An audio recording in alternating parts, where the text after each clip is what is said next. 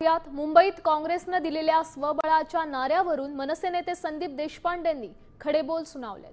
मुंबई महापालिका निवडणुकीत मनसेला सोबत घेण्यावरून काँग्रेसमध्ये मतभेद असल्याचं समोर आलंय। मनसे सोबत विचारधारा जुळत नाही, पण भाजप विरोधात एकत्र येण्याची गरज आहे अशी भूमिका विजय वडेट्टीवार यांनी मांडली आहे। दुसरीकडे विजय वडेट्टीवारांनी जी भूमिका मांडलेली ती प्रदेश काँग्रेसबद्दलची असेल असं स्पष्टीकरण काँग्रेसच्या खासदार वर्षा गायकवाड यांनी दिलंय।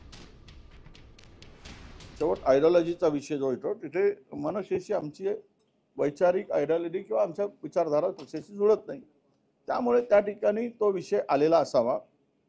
पण पवार साहेबांनी जे भूमिका घेतली की आपण आघाडीत लढलो पाहिजे, त्या संदर्भात आपण सगळे मिळून भाजपला हरवण्यासाठी, भाजपसारख्या या धर्मांध शक्तीला संपवण्यासाठी एकत्र येण्याची आवश्यकता आहे आणि त्या संदर्भात आम्ही सकारात्मक आहोत असं माझं मत आहे।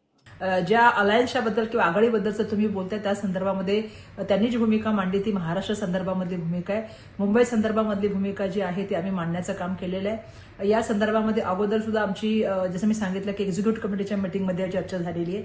मागे जे आमचं लक्ष्य आमचं जे शिबिर होतं त्याच्यामध्ये एआयसीसीचे आमचे प्रभारी आदरणीय रमेश चन्नेतला साहेब या व्यतिरिक्त आमचे सगळे पदाधिकारी होते। त्या मीटिंगमध्ये याची अनाउन्समेंट झालेली आणि त्यामुळे जे आहे या संदर्भामधला निर्णय, मुंबईच्या संदर्भातला निर्णय आम्ही आपल्याला सांगितलेला आहे। मुळात ब्रेन त्यांच्याकडे कोणाकडे आहे, म्हणजे मेंदू म्हणजे निर्णय क्षमता या पक्षात कोणाकडे आहे, पायांकडे आहे की मेंदूकडे आहे? वडेट्टीवारांचा पाय म्हणतो असं करूया, वर्षा गायकवाडांचा पाय म्हणतो असं करूया, भाई जगतापांचा पाय अजून तिसरीकडे चालतो, असलम शेखचा पाय चौथीकडे चालतो। मेंदू कोणाकडे आहे? पाय सगळ्यांचेच चालतायत, मेंदू कोणाचा चालणार आहे? त्यामुळे हे असल्या रोजच्या वक्तव्यांना उत्तर द्यावं असं मला वाटत नाही। देश विदेशातील प्रत्येक घडामोडींचे लाईव्ह अपडेट मिळवण्यासाठी आता साम टीव्हीच्या सर्व सोशल मीडिया प्लॅटफॉर्मला लाईक, फॉलो आणि सबस्क्राईब करा।